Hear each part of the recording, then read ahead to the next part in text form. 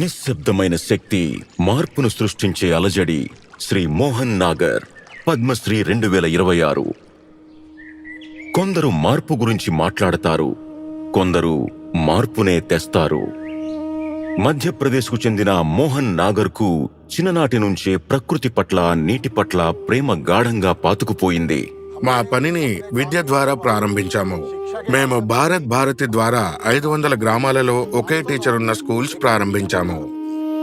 కానీ అసలైన సమస్య మరొకటి ఉంది. జీవితం నిస్సారమైంది.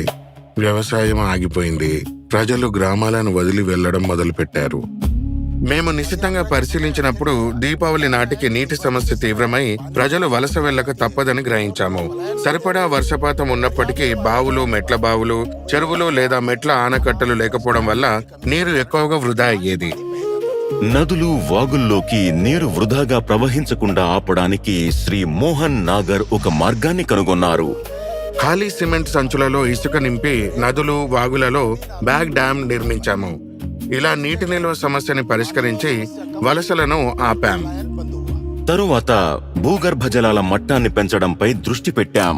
గంగా డీసెంట్ క్యాంపెయిన్ కింద గ్రామస్తులందరూ ఏకమై సోనాఘాటి కొండలలో 32,000 మొక్కలను నాటి తాప్తీ నది వెంబడి ఒక అరణ్యాన్ని సృష్టించడంతో పాటు 8,000 కాంటూర్ కందకాలను నిర్మించాం. ఇది భూగర్భ జలాల మట్టం పెరగడానికి దోహదపడింది.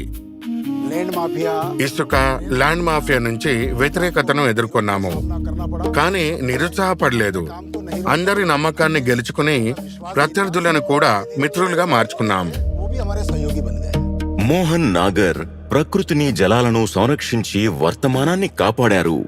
ఇప్పుడు భవిష్యత్తుకు రక్షణ అవసరం.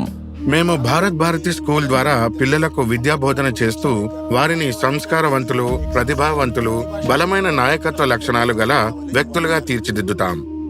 గ్రామస్తుల సాయంతో బాచా గ్రామాన్ని ఒక ఆదర్శ గ్రామంగా తీర్చిదిద్దాము. ఇది శాంతి, ప్రగతి, సుసంపన్నతలకు ప్రతీకగా నిలిచింది. కానీ మార్పు సృష్టికర్త అయిన మోహన్ నాగర్కు తన కుటుంబం నిరంతరం తోడుగా నిలిచారు. మోహన్ నాగర్ ఎన్నో ప్రశంసలనే అందుకున్నారు.